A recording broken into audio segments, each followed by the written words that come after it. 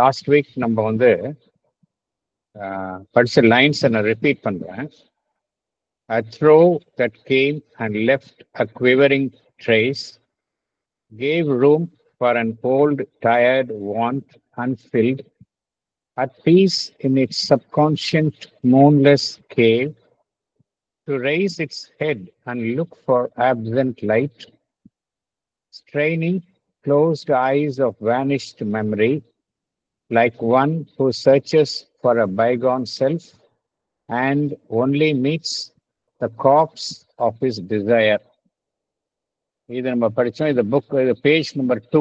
Page number 2ல lines 35லேருந்து 41 வரைக்கும் நம்ம படித்தோம். அதோடைய ப்ரீஃபாக என்ன, அதோடைய இது என்ன அப்படின்னா, ஒரு ஒரு நேம்லெஸ் மூமெண்ட் வந்ததுன்னு பார்த்தோம். த்ரோ, அது ஒரு வைப்ரேஷன் ஆஃப் ஒரு ஒரு ஒரு வைப்ரேட்டரி மூமெண்ட் வந்ததுன்னு பார்த்தோம். அது வந்து gave room for an old, tired and want unfilled அப்படிங்கிறது பார்த்தோம். இங்கே ஒரு வாண்ட் இருக்கு. அது வந்து it is not a satisfied want, it is an old want. அது வந்து வெளியில வருகின்றது. அந்த அந்த வாண்ட் அது வந்து வெளிப்படுகின்றது அப்படிங்கிறத பார்த்தோம். இந்த வாண்ட் எப்படி இருந்தது, எங்க இருந்தது அப்படின்னா, at peace in its subconscient moonless cave அப்படிங்கிறத பார்த்தோம். இந்த ஹிடன் வாண்ட் எங்க இருந்தது அப்படின்னா, சப்கான்ஷியன்ட் லெவல்ஸ்ல மறைந்திருந்தது.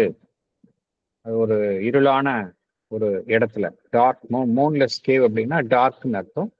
இருளான இடத்துல அந்த வாண்ட், அந்த தேவை, அந்த தேவை என்னன்னா, தேவை என்ன, தேவை அப்படிங்கிறது என்ன அப்படின்னா, இந்த மறைந்திருக்கக்கூடிய அந்த ஒரு உணர்வு நிலை. அதுதான் பகவான் சொல்றார், மறைந்திருக்கக்கூடிய உணர்வு நிலை. ஆரம்ப நிலை சிருஷ்டி உருவாகுவதற்கு ஆரம்ப துவக்க நிலையை பகவான் குறிப்பிடுகின்றார். என்ன செய்கின்றது? To rice it's head and look for absent light. அப்படியே பார்க்குது, அந்த இருளடைந்த இதுல இருந்து பார்க்குது, ஒளி இருக்குமா, இருளான பிரதேசம் அங்க எங்கேயாவது ஒளி இருக்குமா அப்படின்னு அது வந்து தன் தலையை நிமிர்த்தி பார்க்கின்றது.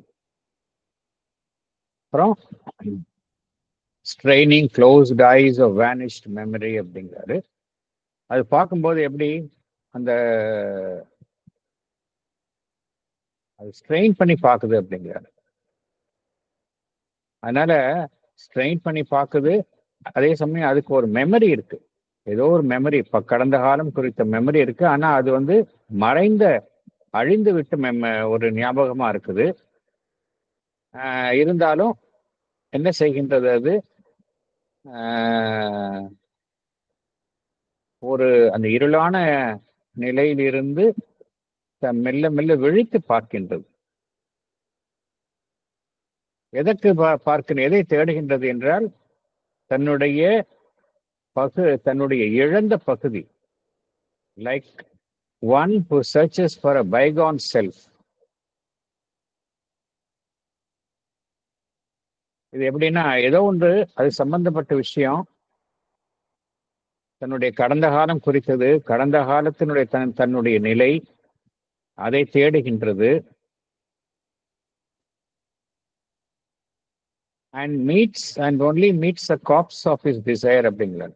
இது எப்படின்னா, அது எதை தேடுதுன்னா, அது எப்படின்னா, போன சைக்கிள் ஆஃப் கிரியேஷன்லேருந்து அதுலேருந்து அடுத்த சைக்கிளுக்கு இப்ப நுழைய போகுது. அப்ப அந்த கடந்த கால பதிவுகள் அதெல்லாம் வந்து அப்படியே ரொம்ப வெயின் மெமரியா இருக்கு, அது வேனிஷ்ட் மெமரியா இருக்கு. அது தேடி பார்க்குது, எங்கேயாவது அதெல்லாம் ஞாபகத்தை கொண்டு வர முடியுமா அப்படிங்கிறத தேடி பார்க்குது. ஆனா அது தேடியது கிடைச்சதா இல்லைன்னா இல்லை. அதுதான் பகவான் என்ன சொல்றார், like one who searches for a bygone self and only meets the corpse of his desire அப்படிங்கிறார். கடந்த கால தன்னுடைய ஒரு ஜீவனினுடைய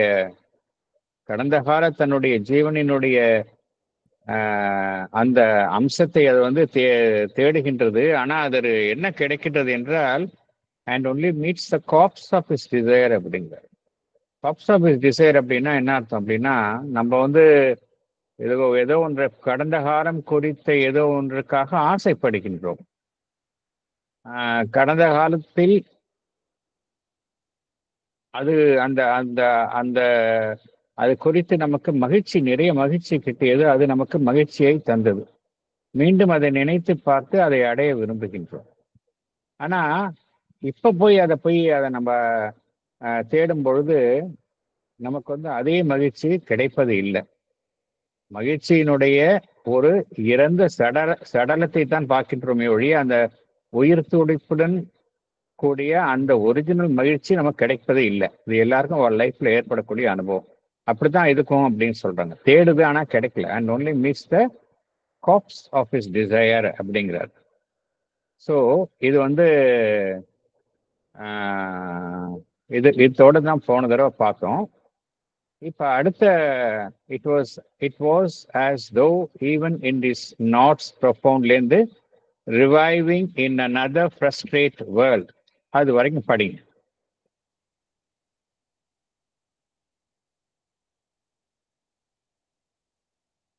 Yes. It was as though even in this knots profound, even in this ultimate dissolution's core, there lurked an unremembering entity, survivor of a slain and buried past, condemned to resume the effort and the pang, reviving in another frustrate world.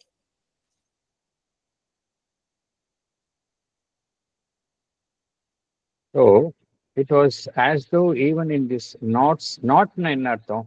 Zero இல்லையா? ஒண்ணுமே இல்லை. அந்த அந்த நிலையில தான் இருக்குது. இப்போ ஒரு சைக்கிள் ஆஃப் கிரியேஷன் முடிஞ்சு எல்லாம் அழிஞ்சிருச்சு. அடுத்த சைக்கிளுக்குள்ள வருது. It was as though even in this knots profound. ஏதோ ஒண்ணு இருக்குது அந்த இடத்துல, ஏதோ கொஞ்சம் எஞ்சியது இருக்கு அந்த இடத்துல இருக்கு.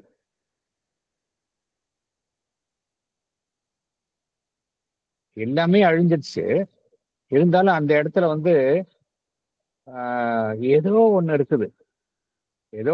அது எப்படி எத்தகையதா இருக்குன்னா, அதுக்கு என்ன கடந்த காலம் குறித்த எந்த விதமான ஒரு ஞாபகம் இல்லாத நிலையில் உள்ள ஒன்று அந்த இடத்துல இருக்கு அப்படிங்கிறார். Even in this ultimate dissolution score there lurked an unremembering entity அப்படிங்கிறார்.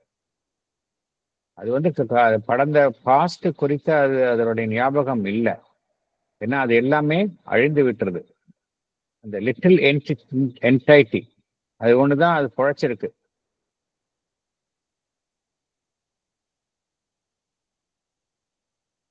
இந்த பகவான் என்ன கோருகின்றார்? இந்த லிட்டில் என்டைட்டி எப்படி இருக்குன்னா, எத்தகையதாக இருக்கின்றது என்றால் survivor of slain and perished past அப்படிங்கிறார். இந்த பாஸ்ட் வந்து ஒரு கடந்த காலத்துல ஒரு அழிந்து போன இறந்த காலத்தினுடைய அதுல இருந்து மீண்டு வந்த ஒரு அமைப்பாக இது இருக்கின்றது அப்படிங்கிறார். அதுல அழிந்து போயிடல. கடந்த காலம்லாம் அழிஞ்சிருச்சு. ஆனா அதுலேருந்து மீண்டு பிழைத்து வந்த ஒரு அமைப்பாக அந்த இருக்குது அப்படிங்கிறார். அதனுடைய தன்மை எப்படிப்பட்டதாக இருக்கின்றது என்று பகவான் கோருகின்றார். எப்படின்னா, condemned to resume the effort and the pang, reviving in another frustrate world அப்படிங்கிறார். ஏன் condemned அப்படின்னா, அதனுடைய விருப்பத்திற்கு மாறாக மீண்டும் அது வேறொரு சிருஷ்டியில் அது தள்ளப்படுகின்றது. அது விருப்பத்திற்கு மாறாக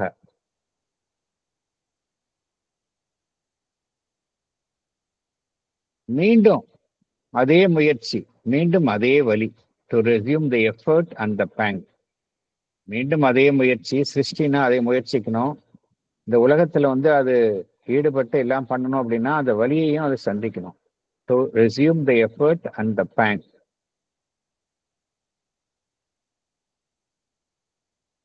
அது என்ன நினைத்து கொண்டிருந்தது? எல்லாமே முடிந்து விட்டது, சிருஷ்டி எல்லாம் முடிந்து விட்டது என்று நினைத்து கொண்டிருக்கும் வேளையில எகைன் அது திருப்பி இன்னொரு சிருஷ்டிக்கு அது தள்ளப்படுகின்றது.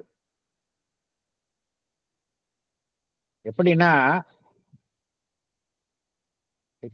as if condemn to resume the effort and pang அப்படிங்கிறார். கண்டம்னு என்ன அர்த்தம்? வேண்டா வெறுப்பா ஒரு வேலைக்கு ஒருத்தங்களை அனுப்புறோம் இல்லையா, ஒருத்தங்களை வந்து நம்ம வேண்டா வெறுப்பா ஒருத்தங்களை வேண்டாம் அப்படின்னா அவங்கள என்ன அவங்கள வந்து பனிஷ் பண்ற மாதிரி ஒரு வேலையை செய்ய சொல்றோம்ல, அதுதான் கண்டெம்டு. விருப்பத்தோட நம்ம அனுப்புறது இல்லை, அவங்கள பனிஷ் பண்ணணும் அப்படின்னு ஒரு வேலையை செய்ய சொல்றோம். ஸோ அதை condemn to resume the effort and the pang அப்படிங்கிறார். ஏன்னா அந்த ப்ரீவியஸ் சைக்கிள் ஆஃப் கிரியேஷன் வந்து அதுக்கு வந்து ரொம்ப ஃப்ரஸ்ட்ரேட்டிங்காக இருந்திருக்கு. ஸோ திருப்பி அனதர் ஃப்ரஸ்ட்ரேஷன்ல நம்ம போகணுமே அப்படின்னு நினைக்குது.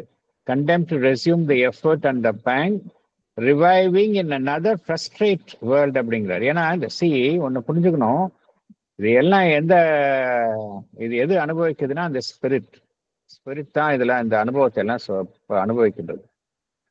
ஸ்பிரிட் வந்து இந்த உலகத்தில் ஈடுபட்டு மீண்டும் அந்த கிரியேஷன்ல ஈடுபட்டு எல்லாம் பண்றது அப்படிங்கிறது அதை பொறுத்த வரைக்கும் இட்ஸ் வெரி ஸ்ட்ரெனுவஸ் டாஸ்க். இது வந்து நம்ம ஃபிகரேட்டிவா தான் புரிஞ்சுக்கணும். ஏன் அப்படி நினைக்கணும் அப்படின்னு நம்ம கேட்க முடியாது. இது வந்து பகவான் எக்ஸ்பிளைன் பண்றாரு, அவ்வளவுதான். ஏன்னா அதுக்கு வந்து சாய்ஸ் இல்லை. அதனாலதான் பகவான் வந்து கண்டெம்ட் அப்படிங்கிறார். அதுக்கு வந்து it has no choice in the matter.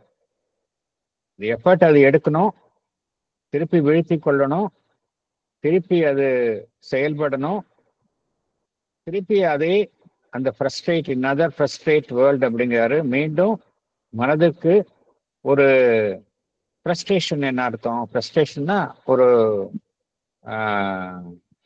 மனதிற்கு வந்து ஒரு சோர்வை தரக்கூடிய செயலாக அதற்கு இருக்கின்றது. இந்த பகவான் வந்து இந்த கண்டெம்ட், ஃப்ரஸ்ட்ரேஷன் இந்த வேர்ட்ஸ் மூலமா எதை அவர் கன்வே பண்றாரு அப்படின்னா, எப்படி அந்த என்டைட்டி எப்படி உணர்கின்றது. ஏன்னா அதோடைய ரிலக்டன்ஸை தான் பகவான் இவ்வாறு குறிப்பிடுகின்றார். ஏன்னா நம்ம சொல்லிக்கிறோம்ல, வேற வழி இல்லாம இந்த வேலை என் தலையில விழுந்துடுச்சு அப்படின்னு சொல்றோம்ல, அதுபோல அந்த வேலை அந்த மீண்டும் ஒரு சிருஷ்டிக்கு அது தள்ளப்பட்டது என்று பகவான் குறிப்பிடுகின்றார்.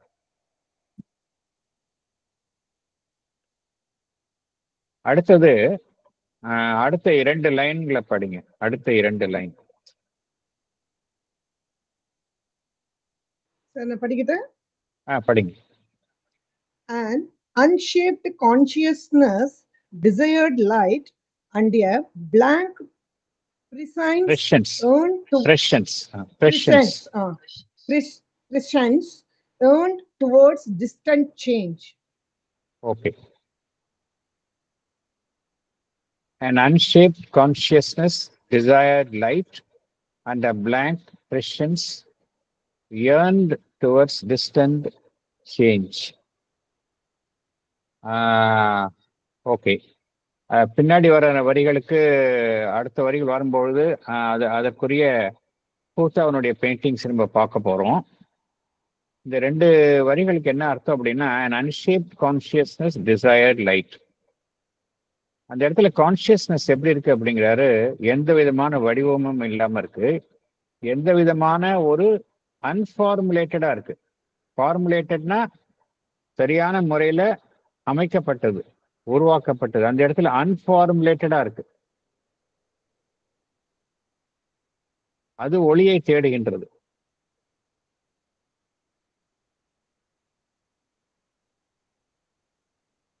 அந்த நேரத்துல வந்து ஏதோ ஒன்று வரப்போகின்றது என்பதை உணர்கின்றது. ஏதோ ஒன்று வரப்போகின்றது, அது என்ன வரப்போகுதுன்னு அதுக்கு தெரியல, ஆனா ஏதோ ஒன்று வரப்போகின்றது என்பதை உணர்கின்றது. இந்த வரப்போகின்றது என்பதை உணர்வதுதான் வந்து கிறிஸ்டியன்ஸ் சொல்றோம் நம்ம. அதாவது ப்ரீமானிஷன் சொல்றோம். ப்ரீமானிஷன் அப்படின்னு என்ன அர்த்தம்? ஏற்கனவே நம்ம ஒரு விஷயம் நடக்க போகுதுன்னு வச்சுக்கோங்க, அந்த நடக்க போற விஷயத்த நம்ம வந்து முன்கூட்டியே நம்ம வந்து உணர்வோம். சம்டைம்ஸ் சில பேருக்கு வந்து அந்த கெப்பாசிட்டி இருக்கும், ஒரு ஹிண்ட் கிடைக்கும் அவங்களுக்கு. என்ன கிடைக்கும்னா எது மாதிரி என்ன என்ன விஷயம் நடக்க போகுது அப்படிங்கிற மாதிரி அவங்களுக்கு ஒரு ஹிண்ட் கிடைக்கும். அது மாதிரி இந்த இடத்துல பார்த்தோம் அப்படின்னா ஒரு ப்ரெசியன்ஸ். அந்த ப்ரெசியன்ஸ்னா என்ன அர்த்தம் அப்படின்னா எபிலிட்டி டு நோ என்ன நடக்க போகுது அப்படிங்கிறத முன்னாடியே உணரக்கூடிய அறியக்கூடிய தன்மை. அதுதான் வந்து ப்ரீ நாலேஜ்னு நம்ம சொல்லலாம். அது சயின்ஸ்னா எப்பொழுதுமே நாலேஜ், ப்ரீனா முன்னாடி. ஸோ ப்ரெசியன்ஸ் அப்படின்னா என்ன அர்த்தம்? ப்ரெசியன்ஸ்னா ப்ரீ நாலேஜ். அந்த நாலேஜ் அதுக்கு இருக்கு அப்படிங்கிறாரு. Feeling of something to come. என்ன நடக்க போகுதுன்னு தெரியல அதுக்கு, இருந்தாலும் அதுதான் அதனாலதான் பகவான் என்ன சொல்றார்? பிளாங்க் ப்ரெசியன்ஸ் அப்படிங்கிறார். பிளாங்கா இருக்கு, அது ஒண்ணுமே தெரியல, என்ன நடக்க போகுதுன்னு தெரியல, ஒரு வேகா இருக்கு, அவ்வளவுதான். அது ஏதோ ஒரு நடக்க போகுதுங்கிற அப்படியே ஒரு தொலைவில் நடக்க போற விஷயத்த முன்கூட்டியே உணருது. அப்புறம் அது வந்து பகவான் என்ன கூறுகின்றார்? அந்த அத்தகைய ஒரு தொலைவில் என்ன நடக்கப் போகின்றது என்பது குறித்த அந்த ஒரு ஃபீலிங், ஒரு உணர்வு நிலை என்ன செய்கின்றது? ஒரு தொலைவில் நடக்க போகும் மாற்றத்திற்காக அது ஆர்வம் வருகின்றது அல்லது இயங்குகின்றது. An unshaped consciousness, desire light, and a blank prescience yearned towards distant change அப்படிங்கிறார். அந்த மாற்றத்திற்காக அது விரும்புகின்றது அப்படின்னு பகவான் கூறுகின்றார். ஏன்னா அந்த இடத்துல இந்த டார்க்னஸ் எப்படி இருக்கு அப்படின்னா ஒரு அன்ஷேப்டு கான்சியஸ்னஸா இருக்கு. எந்த விதமான வடிவமும் கிடையாது அந்த இடத்துல. வாழ்வு இல்லை, மைண்ட் இல்லை, ஆனா கான்சியஸா இருக்கு. அதுதான் அர்த்தம். இந்த ஏதோ ஒன்றை எதிர்பார்க்கின்றது, அது ஏதோ ஒன்றை நடக்கப் போகின்றது அப்படி எதிர்பார்க்கின்றது. எதிர்பார்த்து மாற்றம் நிகழ வேண்டும் என்று அது விரும்புகின்றது. அதுதான் பகவான் இங்க குறிப்பிடுகின்றார். ஏதோ அதாவது இப்ப நடக்க போவதில்ல, டிஸ்டன்ட் ஃபியூச்சர்ல நடக்க போகுது. இருந்தாலும் நடக்க போகும் நடக்க போகும் அந்த நிகழ்விற்காக அது அதாவது அதை விரும்புகின்றது, நடக்கணும் அப்படின்னு விரும்புகின்றது. இப்போ அடுத்த 4 லைன்ஸ்ல படிங்க.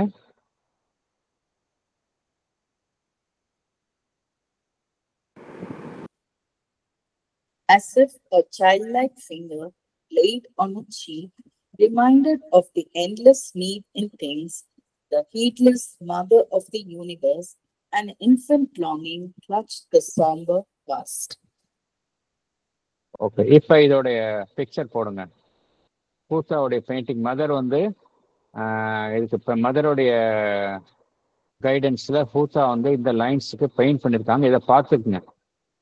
ஏன்னா நம்ம பூசாவுடைய பெயிண்டிங்கோட பார்க்கும் பொழுதுதான் நமக்கு இதுக்கு பின்னால் உள்ள அந்த இது அதனுடைய சிக்னிஃபிகன்ஸ் நம்ம எப்படி பகவான் எப்படி விஷுவலைஸ் பண்ணியிருக்கிறார் அப்படிங்கிறத மதருக்கு தெரியும்.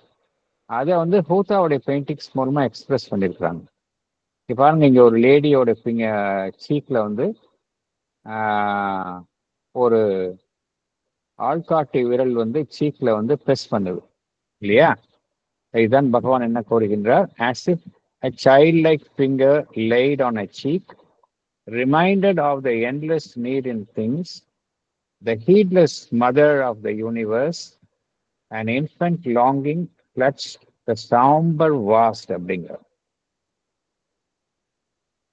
இப்போ நம்ம ப்ரீவியஸ் லைன்ஸ்ல பார்த்தோம், ஒரு வேக் அன்ஃபார்முலேட்டட் கான்சியஸ்னஸ் வந்து ஒளிக்காக விரும்பியது, ஒளியை விரும்பியது அப்படின்னு பார்த்தோம். அதே போல ஏதோ ஒன்றை எதிர்பார்த்து நடக்க வேண்டும் என்று அது விரும்புகின்றது அப்படிங்கிறதையும் பார்த்தோம். அந்த மாற்றத்தை அது விரும்புகின்றது அப்படிங்கிறதையும் பார்த்தோம். ஆகையினால ஒளிக்காக அது ஒளியை அது விரும்புகின்றது. அதே போல மாற்றத்தையும் அது விரும்புகின்றது. இது என்ன செய்கின்றது? இந்த இது வந்து எப்படி பகவான் வர்ணிக்கின்றார் அப்படின்னா, இத ஒரு குழந்தையினுடைய ஏக்கத்தை போல அப்படிங்கிறார். an infant longing அப்படிங்கிறார். an infant longing எப்படின்னா,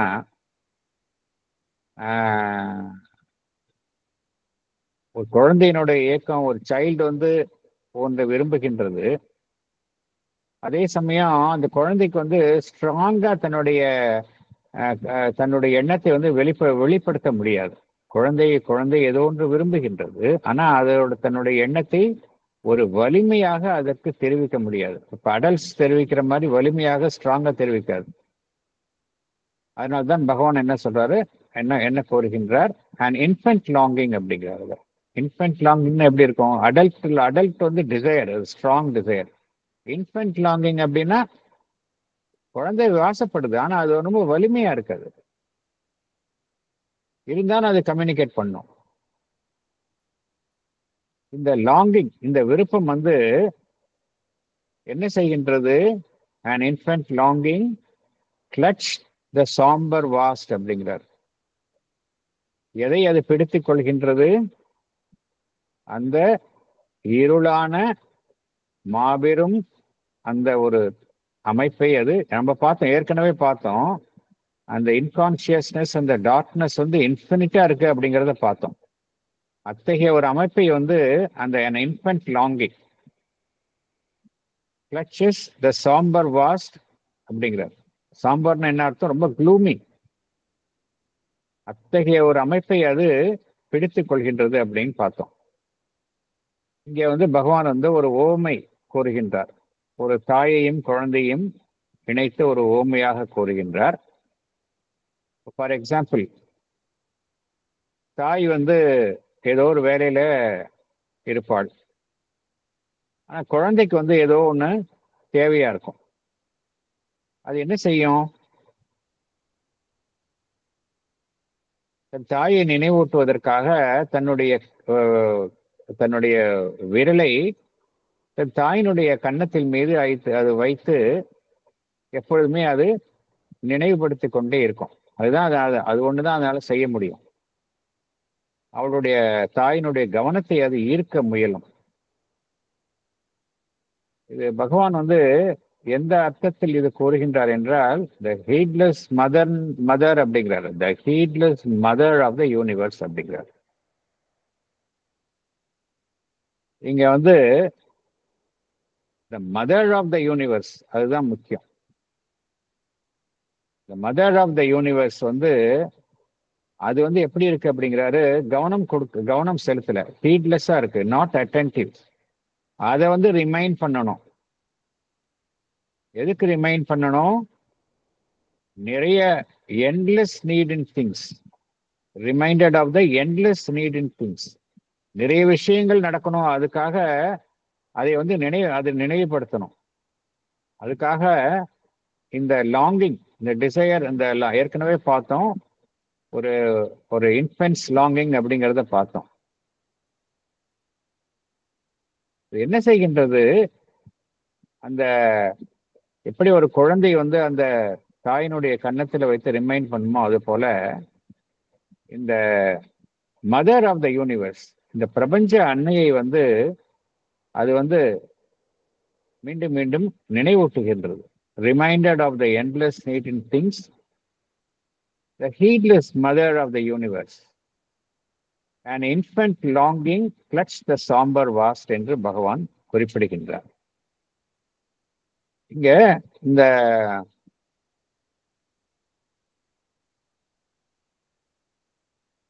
இந்த வாஸ்ட் நேச்சர் அப்படிங்கிறத பார்த்தோம். இந்த வாஸ்ட் நேச்சர் அப்படிங்கிற பகவான் வந்து என்ன கூறுகின்றார்? an infant longing clutched the somber vast அப்படிங்கிறார். அந்த வாஸ்ட் வந்து இருளான பகுதியா இருக்கு, ஒரு மாபெரும் பிரதேசமாக இருக்கின்றது. ஆனா அதில் என்ன உணர்ந்து கொள்கின்றோம் என்றால், அந்த சாம்பர் வாஸ்ட், அந்த வாஸ்ட் ஆஃப் நேச்சர், அதுக்கு பின்னாடி எது இருக்கு அப்படின்னா, the face of the mother of the universe இருக்கு. அதைத்தான் நம்ம புரிந்து கொள்கின்றோம். அதுக்கு பின்னாடி என்ன இருக்கின்றது? The face of the mother of the universe இருக்கு.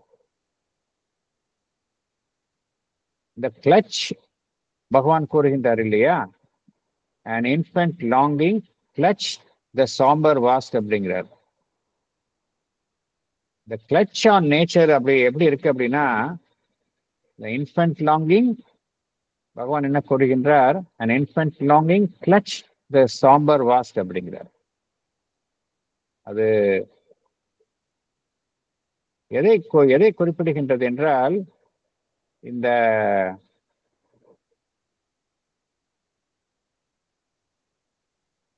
இந்த கிளச் ஆன் நேச்சர் வந்து எப்படி இருக்கு அப்படின்னா, is like finger of a child laid on the cheek of the mother. அதை ஓமையா காட்டுறார். இந்த நேச்சர் மேல அந்த லாங்கிங், அந்த ஒரு விருப்பத்தினுடைய பிடி இருக்கின்றது. அது எது போல இருக்கின்றது என்றால், எப்படி ஒரு குழந்தை வந்து தன் தாயை தன்னுடைய விருப்பத்தை நிறைவேற்றிக் கொள்வதற்காக தன்னுடைய தாயினுடைய கன்னத்தில் தன் விரலை வைத்து அது ஞாபகப்படுத்துவது போல செய்கையை புரியுமோ அது போல இருந்தது என்று பகவான் குறிப்பிடுகின்றார். இங்க என்ன அர்த்தம் அப்படின்னா, the mother of the universe இருக்கு, த வாஸ்ட் ஆஃப் நேச்சர் அப்படிங்கிறதுக்கு பின்னாடி the mother of the universe இருக்கு. மதர் ஆஃப் த யூனிவர்ஸை வந்து இந்த டிசையர், இந்த ஏர்னிங் வந்து என்ன செய்கின்றது, அந்த விருப்பம் வந்து என்னென்ன காரியங்களை செய்ய வேண்டுமோ அதற்கெல்லாம் அது நினைவூட்டுகின்றது.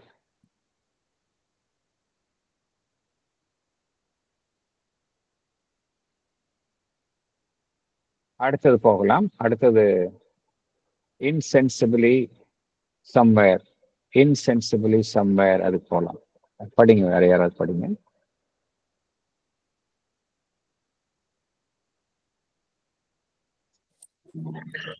Insensibly, somewhere a breach began. A long, lone line of hesitating hue, like a vague smile tempting a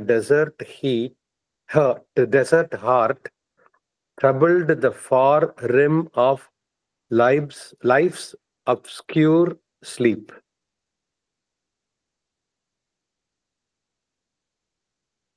பார்த்தோம், இந்த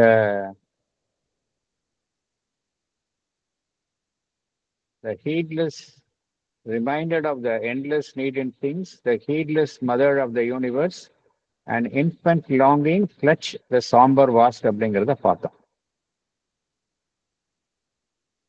அந்த நிலையில உடனே வந்து ஏதோ ஒன்று நடக்கின்றது. என்ன நடக்கின்றது என்றால், ஏதோ ஒன்று எந்த விதமான ஒரு உணர்வும் இல்லாமல் அந்த நிலையில வந்து ஒரு ஓப்பனிங், ஒரு திறவு வந்து ஏற்படுகின்றது. ஏதோ ஒன்று எந்த விதமான உணர்வும் இல்லாமல் அந்த இடத்துல வந்து ஒரு திறவு, ஓப்பனிங் ஏற்படுகின்றது. அது எப்படின்னா, வெளியில தெரியல, ஆனா ஒரு திறவு ஏற்படுகின்றது, ஒரு ஓப்பனிங் ஏற்படுகின்றது. இதை பகவான் என்ன கூறுகின்றார், பிரீச் பிகின்ஸ் சம்வேர் அப்படிங்கிறார். பிரீச்னா என்ன அர்த்தம்? இப்போ ஃபார் எக்ஸாம்பிள், நம்ம ஒரு பெரிய லேக் இருக்குன்னு வச்சுங்க. இந்த லேக்ல வந்து தண்ணி தேக்கி வைப்பாங்க. அந்த லேக்கினுடைய அணை இருக்கு, சுத்தி லேக்கை சுத்தி அணை கட்டியிருப்பாங்க. அதுல ஏதோ ஒரு இடத்துல விரிசல் ஏற்படும் பொழுது தண்ணி வந்து அப்படியே உள்ள வெளியே வர ஆரம்பிச்சிடும். அதுதான் நம்ம பிரீச் அப்படிங்கிறோம். அதே போல இந்த இடத்துல, அந்த இடத்துல எந்த விதமான இன்சென்சிபிளி அப்படிங்கிறார். இன்சென்சிபிளி உணர்வே இல்லாத நிலையில சம்வேர் அ பிரீச் பிகான் அப்படிங்கிறார்.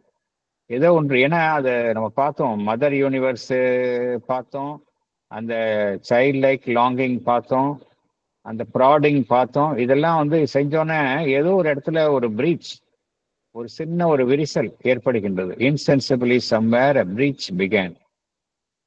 உடனே என்ன நடக்கின்றது? அந்த பிரீச், அந்த சின்ன விரிசல் ஏற்பட்டன என்ன நடைபெறுகின்றது? a long lone line of hesitating hue அப்படிங்கிறார். ஹியூ அப்படின்னு என்ன அர்த்தம்? ஒரு கலர்.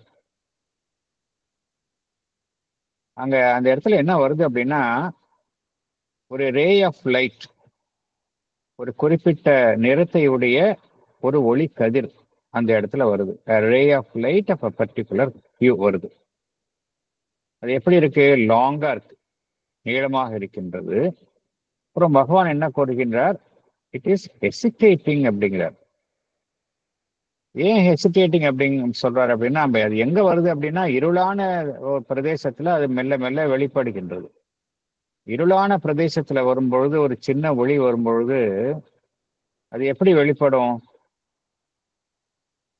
அதுக்கு அந்த ஒளி தன்னை தக்க வைத்துக் கொள்ள முடியுமா, இல்ல அந்த ஒளி மறைந்து விடுமா, அது அணைந்து விடுமா அப்படிங்கிற ஒரு டவுட் இருக்கும் இல்லையா? அதனாலதான் சொல்றாரு long lone line of hesitating hue அப்படிங்கிறார். தயக்கத்துடன் தன்னை வெளிப்படுத்தும் ஒரு ஒளி கதிர் அப்படிங்கிறார். ஏன்னா அந்த என்டையர் என்வாயரன்மெண்ட் எப்படி இருக்கு?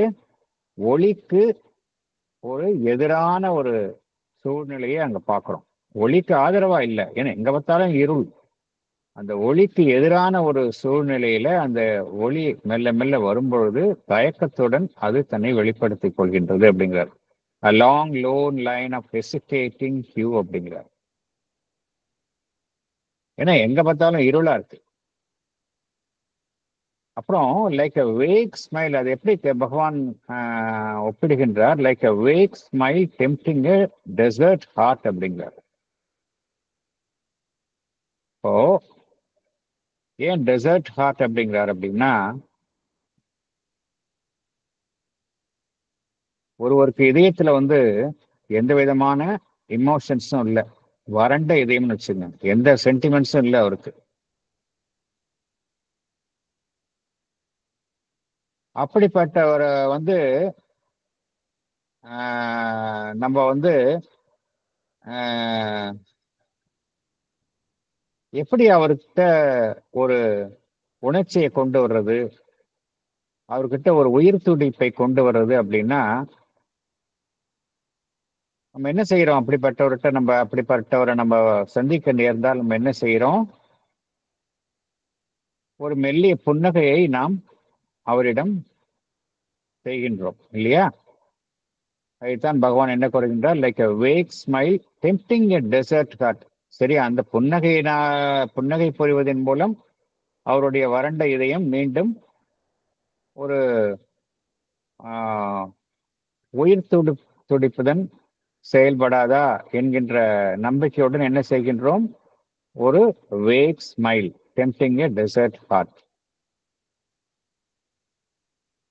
ஏன் வேக் ஸ்மைல் அப்படிங்கிறாருன்னா, ஏன்னா அவருடைய இதயம் ஒரு வறண்ட இதயமா இருக்காரு, ஒரு ட்ரை பர்சனா இருக்காரு. நம்மளுடைய ஸ்மைல் அவர்கிட்ட ரெஸ்பான்ஸ் வருமா வராதான் நம்மளுக்கு தெரியாது. அந்த நிலையில அத்தகைய ஒரு புன்னகையாக இருக்கின்றது என்று கூறுகின்றார். Like a vague smile tempting a desert heart அப்படிங்கிறார்.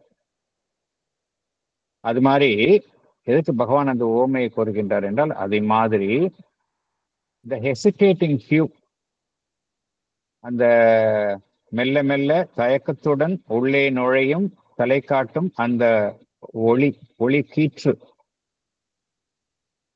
என்ன செய்கின்றது?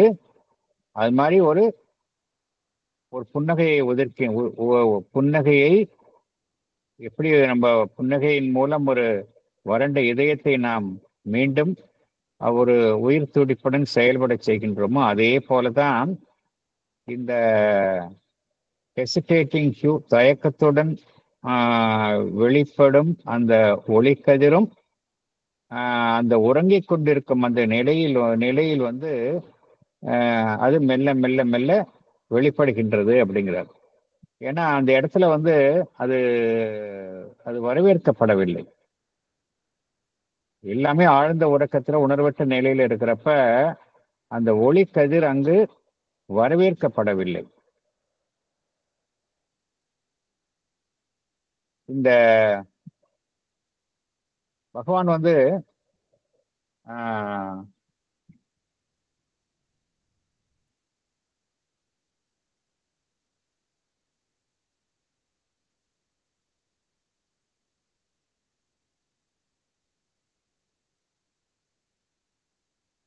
one minute.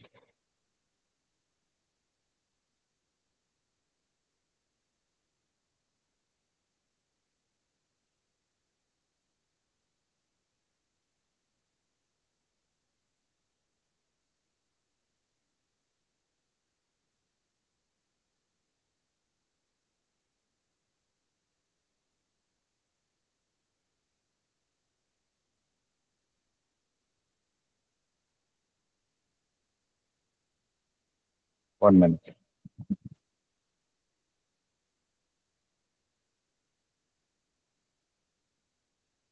அடுத்தது போகலாம். நம்ம arrived from the other side of boundlessness, அதுக்கு போகலாம். நம்ம அந்த லைன்ஸ் படிங்க.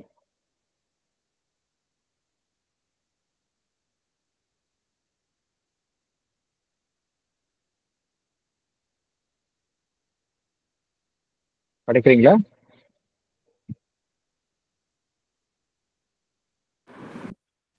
Arrived from the other side of boundlessness, an eye of deity peered through the dumb deeps. A scout in a reconnaissance from the sun, it seemed amid a heavy cosmic rest, the torpor of a sick and weary world, to seek for a spirit, soul, and desolate, too fallen to recollect forgotten bliss.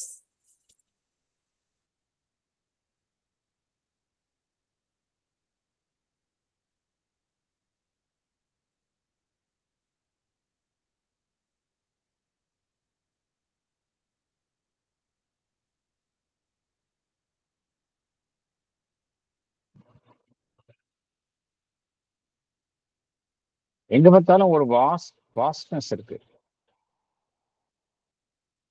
இந்த வாஸ்ட்னஸ்ல பகவான் என்ன கூறுகின்றார்? எல்லாம் ஒரு vast ஸ்பேஸா இருக்கு. இதை கற்பனை பண்ணி தான் நம்ம பார்க்க முடியும். அதுல மறு கோடி இருக்கிற இடமே ஒரு வாஸ்ட்னஸ். அதனுடைய மறு கோடியிலேருந்து ஒன்று வருகின்றது. arrived from the other side of boundlessness. அங்கிருந்து ஒன்று வருகின்றது. அது என்ன என்றால், an eye of deity peers through the dumb deeps அப்படிங்கிறார்.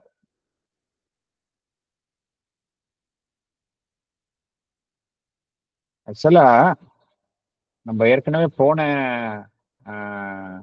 இதுல பார்த்தோம்.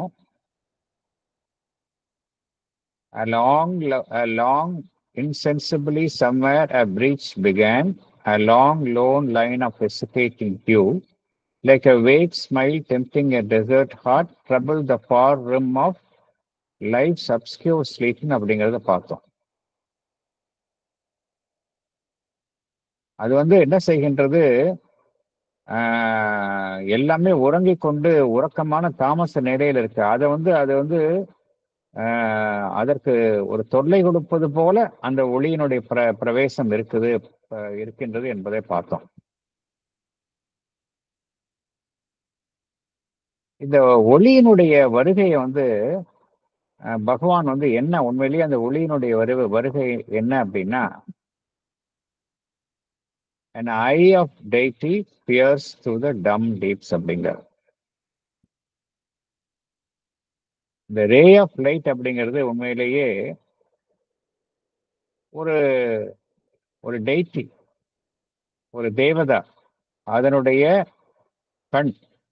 an eye of deity peers through the dumb deeps அப்படிங்கிறார். அது என்ன செய்கின்றது? அந்த இருளான பிரதேசம், உணர்வற்ற இந்த இன்கான்ஷியன்ட் பிளேஸ்ல அதனுடைய பார்வை ஊடுருவி செல்கின்றது. an eye of deity peers to the dumb deep. டம்னு என்ன அர்த்தம்? எதுவுமே அந்த இடத்துல ஒரு செயலற்ற நிலை.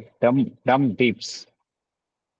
This glance pierces through the dumb deeps of darkness and inconscience. அங்க வந்து எதுவுமே வந்து எந்த விதமான செயல்பாட்டையும் நம்ம பார்க்க முடியல, எந்த விதமான ரியாக்ஷனையும் பார்க்க முடியல, எந்த விதமான ரெஸ்பான்ஸையும் நம்ம பார்க்க முடியல. அந்த அந்த நிலையை வந்து ஊடுருவி அந்த நிலைக்குள்ளே எது ஊடுருவி வருகின்றது என்றால் அந்த தேவதையினுடைய பார்வை அப்படிங்கிறார். an eye of deity அப்படிங்கிறார். அப்புறம் a scout in a reconnaissance from the sun, a scout in a reconnaissance from the sun, it seemed amid a heavy cosmic rest, the torpor of a sick and weary world அப்படிங்கிறார். அது என்ன உண்மையிலே அப்படின்னா,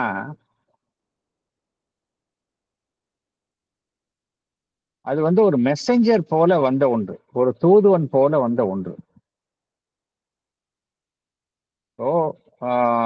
யூஸ்வலா இந்த ரெகானிசன்ஸ் அப்படின்னா பொதுவா இந்த நாடுகளுக்கு இடையே போர் நடக்கும் பொழுது என்ன செய்வாங்க,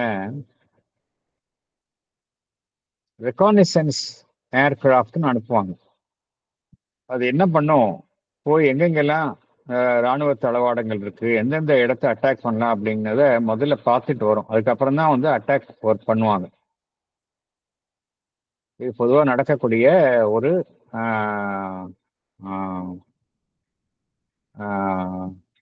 எல்லா போர்களிலையும் நடக்கக்கூடிய வழக்கமான ஒரு செயல்பாடு ரெகானிசன்ஸ் அப்படிங்கிற ரெகானிசன்ஸ் ஏர்கிராஃப்ட் சொல்லுவாங்க. அதே போல இங்க எங்க இருந்தோ அந்த அந்த அந்த ஃபார் பியாண்ட் அங்கிருந்து வந்த அந்த அந்த ஒளி கீற்று வந்து என்ன செய்கின்றது, எது போல செயல்படுகின்றது என்றால் அந்த சூரியனிடம் இருந்து வந்த ஒரு தூதுவன் போல செயல்படுகின்றது. It is a scout in reconnaissance from the sun. ஒரு மெசஞ்சர் ஆன் டியூட்டி அது போல செயல்பட்டு இங்கும் அங்கும் பார்க்கின்றது.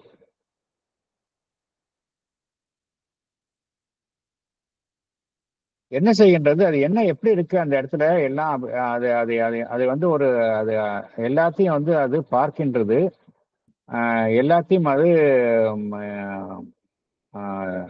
அந்த நிலைமை எப்படி இருக்கின்றது என்பதை அது பார்க்கின்றது, ஆராய்கின்றது. இங்க வந்து என்ன பார்க்கிறோம், ஒரே ஹெவி நைட் பார்க்கிறோம், எல்லாமே இருளான நிலையில இருக்கு. இந்த சூரியன் அப்படிங்கிறது தான் சோர்ஸ் ஆஃப் லைட்டு, அது எங்கேயோ இருக்கின்றது. அதனால என்ன செய்கின்றது, ஒரு அட்வான்ஸ் ஸ்கவுட் மாதிரி எந்த நிலைமையில இங்க விஷயம்லாம் இருக்கு அப்படிங்கிறத பாக்குறதுக்கு ஒரு ஸ்கவுட் மாதிரி ஒன்றை அனுப்புகின்றது. இங்க என்ன இருக்கு அப்படின்னா எல்லாமே வந்து ஒரு மந்தமான நிலையில இருக்கின்றது, எல்லாமே ஒரு மந்தமான நிலையில இங்க இருக்கின்றது. It seemed amid a heavy cosmic rest.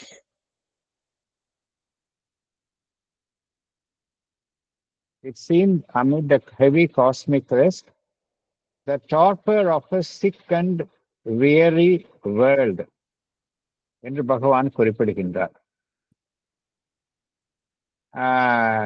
இங்க எல்லாமே பார்த்தோம் அப்படின்னா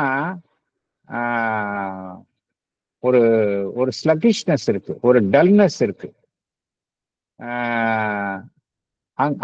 அந்த நிலையில் காணப்படும் உலகம் எவ்வாறு இருக்கின்றது என்றால் ஒரு நோயுற்ற மிகவும் பலவீனமான ஒரு நிலையில் இருப்பது போல காணப்படுகின்றது.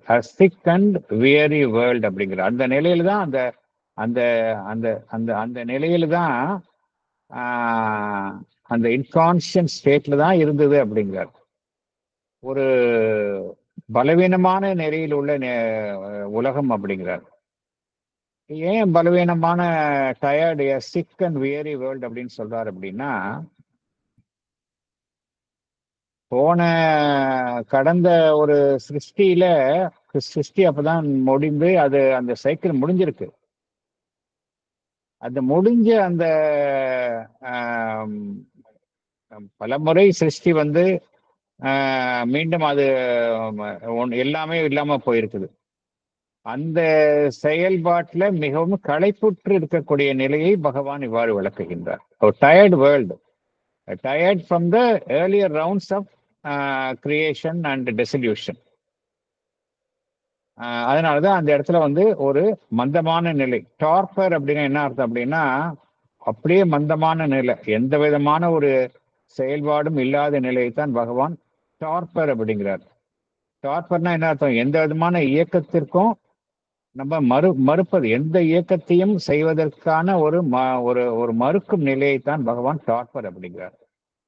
அந்த நிலையில தான் அந்த தூதுவன் எந்த நிலைமையில இருக்கு அப்படிங்கிறதை பார்க்கக்கூடிய அந்த தொலைதூரத்தில் வந்த அந்த தூதுவன் வந்து அந்த ரெகானிசன்ஸ், அந்த ஸ்கவுட் வந்து அந்த நிலையில் தான் வருகின்றது அப்படிங்கிறார். அப்புறம் என்னன்னா, எதுக்காக வருகின்றது, அது என்ன காரணத்திற்காக வருகின்றது என்றால், to seek for a spirit, sole and desolate. இங்க நம்ம ஏற்கனவே பார்த்தோம், அந்த என்டிட்டி அப்படிங்கறத பார்த்தோம் இல்லையா?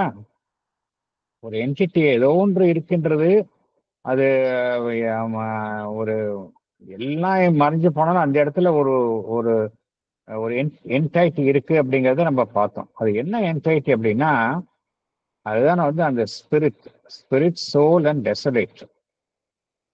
எங்கேயாவது அந்த ஸ்பிரிட் இருக்கா? தனிமையில இருக்கா? டெசலேட்னா என்ன அர்த்தம்? ஆதரவற்ற நிலையில இருக்குதா? எந்த விதமான ஒரு இயக்கமும் இல்லாத நிலையில் இருக்கின்றதா? ஒரு கைவிடப்பட்ட நிலையில் இருக்கின்றதா? To seek for a spirit, sole and desolate அப்படிங்கிறத அது பார்க்குது. அந்த ஸ்பிரிட் எத்தகையதாக இருக்கின்றது அப்படின்னா, பகவான் எவ்வாறு விளக்குகின்றார்? அந்த ஸ்பிரிட், அந்த விழுந்துபட்ட அந்த மெய்ப்பொருள் எப்படி இருக்கு அப்படின்னா, to fallen to recollect forgotten bliss அப்படிங்கிறார்.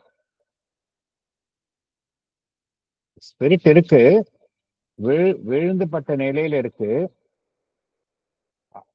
கம்ப்ளீட்டா வந்து தன்னுடைய கடந்த காலத்தில் தான் கொண்டுள்ள ஆனந்தத்தை அது முழுவதும் மறந்த நிலையில் இருக்கின்றது. Completely forgotten its past bliss, to fallen to recollect the forgotten bliss அப்படிங்கிறார். ஏன்னா பிளிஸ் தான் அதனுடைய நேச்சர், அதையே மறந்த நிலையில அது இருக்கு அப்படிங்கிறார். ஸோ அந்த ஸ்கவுட் ஃப்ரம் த சன் பார்த்தோம் இல்லையா? அந்த ஸ்கவுட் ஃப்ரம் த சன், அது வந்து இத்தகைய விழுந்துபட்ட ஆன்மாவைத்தான் அது தேடிக்கொண்டு வந்துள்ளது. The scout from the sun has arrived seeking and searching for the spirit. இதைத்தான் பகவான் இவ்வாறு விளக்குகின்றார். இதோடைய பிக்சர் இருக்கா?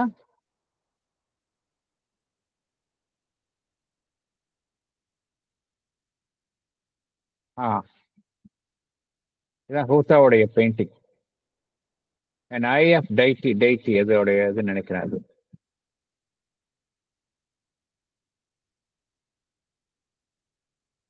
அடுத்தது நம்ம போகலாம். இன்டர்வீனிங் இன் அ மைண்ட்லெஸ் யூனிவர்ஸ்.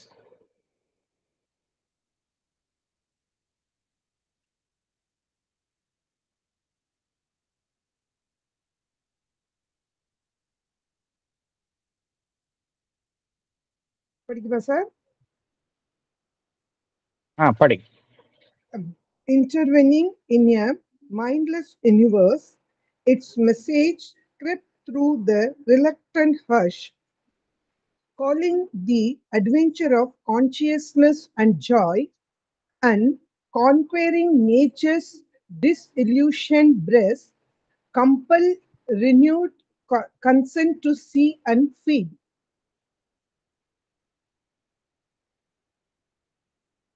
எதனால பகவான் சொல்றாரு இன்டர்வீனிங் இன் அ மைண்ட்லெஸ் யூனிவர்ஸ் அப்படின்னு சொல்றாரு அப்படின்னா, அந்த இடத்துல மைண்ட் இல்லை, லைட் இல்லை. அத்தகைய நிலையில தான் அந்த ரே ஆஃப் லைட் பார்த்தோம், அது வந்து இன்டர்வீன் பண்ணுது அப்படிங்கிறத பார்த்தோம்.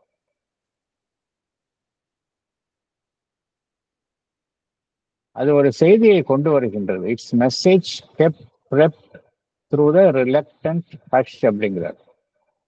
அந்த இடத்துல எப்படி இருக்கு, ஒரு ஹஷ்னா என்ன அர்த்தம், அப்படியே அமைதி, எந்த விதமான ஒரு நிசப்தம், அதான் ஹஷ், சைலன்ஸ். எங்க பார்த்தாலும் சைலன்ஸ் தான் இருக்கு, ஹஷ் இருக்கு. ஏன் ரிலக்டன்ட் ஹஷ் அப்படிங்கிறார் பகவான் அப்படின்னா, அது எதையும் வந்து தன்னுள் அனுமதிக்க மறுக்கின்றது. எதுவும் தன்னுள் நுழைய அனுமதிக்க அது மறுக்கின்றது. அந்த ஒளி வருகின்றது, ஆனால்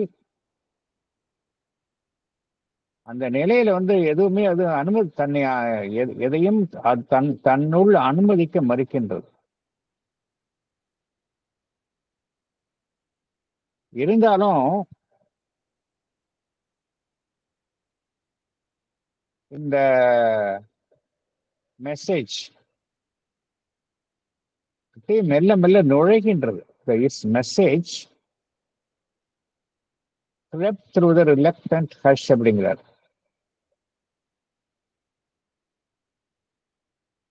ஏற்கனவே பார்த்தோம், arrived from the other side of boundlessness, an eye of deity peers through the dumb deeps, a scout in a reconnaissance from the sun அப்படிங்கிறதெல்லாம் பார்த்தோம். இது எத்தகைய நிலையில நுழையுது அப்படின்னா, அந்த மைண்ட்லெஸ் யூனிவர்ஸ், மைண்டே எதுவுமே இல்லாத அந்த நிலையில அது நுழைகின்றது. இன்டர்வீனிங் இன் த மைண்ட்லெஸ் யூனிவர்ஸ். அந்த இடத்துல கம்ப்ளீட் சைலன்ஸ் இருக்கு, ஒரு ஹஷ் இருக்கு. அது வந்து எத்தகைய ஒரு சைலன்ஸ் அப்படின்னா, எதையும் தன்னுள், எந்த ஒளியையும் தன்னுள் அனுமதிக்காத ஒரு நிலையில் அந்த நிலை காணப்படுகின்றது. அந்த நிலையில இந்த மெசேஜ் வந்து மெல்ல மெல்ல உள்ளே, இட்ஸ் மெசேஜ் கிரெப்ட் த்ரூ அப்படிங்கிறார், அதுக்குள்ள அப்படியே மெல்ல மெல்ல நுழைகின்றது அப்படிங்கிறார். It's message crept through the reluctant hush அப்படிங்கிறார். எதுக்காக அது நுழையுது அப்படிங்கிறது அடுத்த லைன்ல பகவான் எக்ஸ்பிளைன் பண்றார். ரொம்ப அழகாக சொல்கின்றார். எதற்காக அது மாதிரி நுழையணும், ஏன் இப்படிலாம் பண்ணணும் அப்படிங்கிறதுக்கு சொல்றார். Calling the adventure of consciousness and joy அப்படிங்கிறார். இப்போ ஃபார் எக்ஸாம்பிள், எல்லாத்தையும் அது விழித்தெழ செய்கின்றது. விழித்தெழ செய்து என்ன செய்கின்றது, வாங்க நம்ம எல்லாம் பெரிய அட்வென்ச்சர் பண்ண போலாம், மகிழ்ச்சியுடன் ஒரு சாகசம் செய்யலாம் அப்படின்னு அனைத்தையுமே அது தட்டி எழுப்புகின்றது. காலிங் த அட்வென்ச்சர் ஆஃப், ஏன்னா இது வரைக்கும் பார்த்ததெல்லாம் எப்படின்னு பார்த்தோம், நம்ம கம்ப்ளீட் இருள், எங்க பார்த்தாலும் வந்து ஒரு சைலன்ஸ், இன்ஆக்டிவ் ஸ்டேட், டார்பர் எல்லாம் நம்ம பார்த்தோம். எல்லாமே நெகட்டிவ் பார்த்தோம். அந்த நிலை எங்கிருந்தோ வருகின்ற அந்த தூதுவன்ஸ், அந்த scout from the reconnaissance, scout from the sun எல்லாம் பார்த்தோம் நம்ம. அது என்ன செய்கின்றது, இந்த விழுந்துபட்ட ஆன்மா உள்ள இருக்குது அப்படிங்கிறதையும் பார்க்குறது. அது உலகம் எப்படி இருக்கு, சிக் அண்ட் வியரி வேர்ல்ட் அப்படிங்கிறதையும் அது பார்க்கின்றது. இதுல அந்த நிலையில என்ன செய்கின்றது, அது எதற்காக அழைக்கின்றது என்றால், calling the adventure of consciousness and joy அப்படிங்கிறார். ஏன்னா சிருஷ்டியில் ஈடுபடுவது ஒரு சாகசம். அந்த அந்த விழுந்தப்பட்ட ஆன்மன் அது எதுக்கும் தயாரா இல்லை, இதையும் பட் இருந்தாலும் மீண்டும் ஒரு சிருஷ்டியில் ஈடுபட்டு ஒரு புதியதாக ஒன்றை உருவாக்க வேண்டும் அப்படிங்கிறது ஒரு அட்வென்ச்சர். அந்த சாகசம் எத்தகைய சாகசம்னா, மகிழ்ச்சியை தரக்கூடிய சாகசம் அது. Calling the adventure of consciousness and Joy.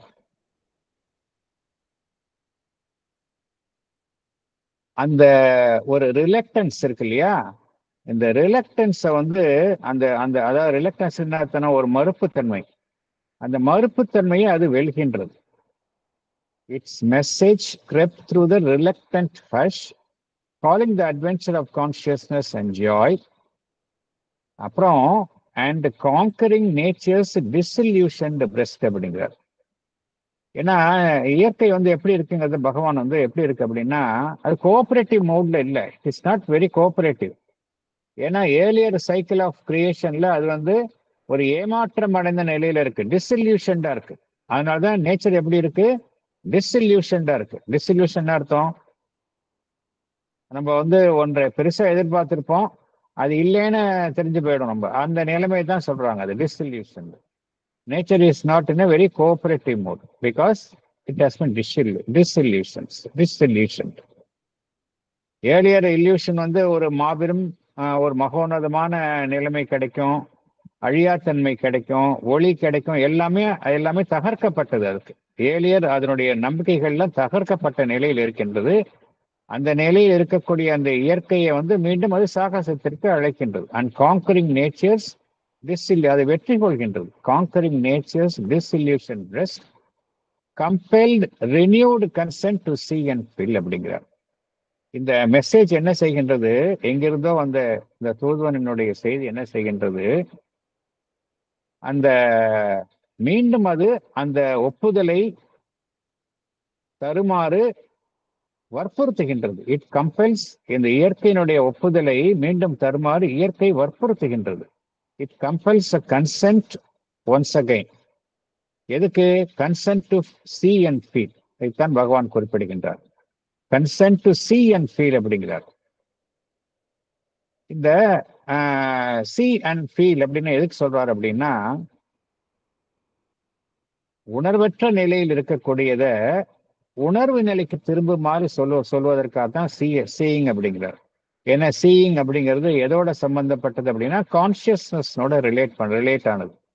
அதனாலதான் உணர்வற்ற நிலையில் இருப்பதை உணர்வு நிலைக்கு திரும்புமாறு சொல்வதுதான் சீயிங். அதுதான் பகவான் compel renewed consent to see and feel என்று கூறுகின்றார்.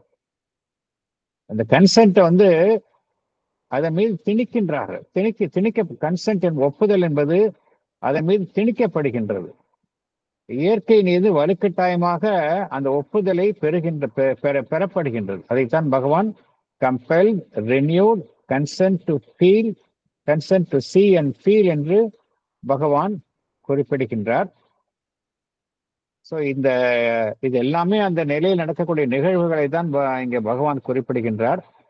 இதெல்லாம் வந்து நம்ம மைண்ட்ல வந்து ஓரளவு அதை வந்து நம்ம கற்பனை தான் பண்ணி பார்க்க முடியும். ஏன்னா இதெல்லாம் அப்டிராக்டான விஷயம். இதை நம்மளால வந்து ரிலேட் பண்ணிக்கிறது வந்து ரொம்ப ரொம்ப கஷ்டம். இருந்தாலும் அதை வந்து ஒரு ஃபிகரேட்டிவா மனசுல வந்து ஒரு உருவகப்படுத்தி அதை நம்ம, ஏன்னா பகவான் எல்லாமே டிஸ்கிரிப்டிவா தான் சொல்றாரு, நம்ம அந்த நிலைமையை தான் பார்க்க முடியும்.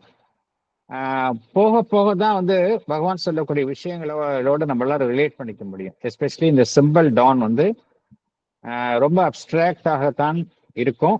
அப்படியே மெல்ல மெல்ல மெல்ல பகவானுடைய கையை பிடிச்சதுதான் நம்ம இதுல பயணிக்கணும்.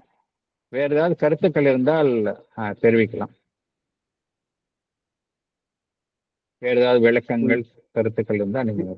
எஸ், இந்த அட்வென்ச்சர் ஆஃப் கான்சியஸ்னஸ் இதுதான் சத்பிரேமோட இந்த முதல் புக்குனுடைய தலைப்பும் அது அட்வென்ச்சர் ஆஃப் கான்சியஸ்னஸ். ஆமா, அது அந்த புக்கு வந்து அப்பரண்ட்லி வெஸ்டர்ன் வேர்ல்டுல அது ரொம்ப பாப்புலர். ஆமா, அதை படிச்சுட்டு நிறைய பேர் அதை படிச்சுதான் நிறைய பேர் வந்து வந்தாங்க. நிறைய பேர் வந்தாங்க. கரெக்ட். அது முதல்ல அவர் பிரெஞ்சில் தான் எழுதினாரு, அப்புறம் இங்கிலீஷ்ல வந்து டிரான்ஸ்லேட் பண்ணாங்க. மதருடைய கைடன்ஸ்ல it was translated into English. Original French.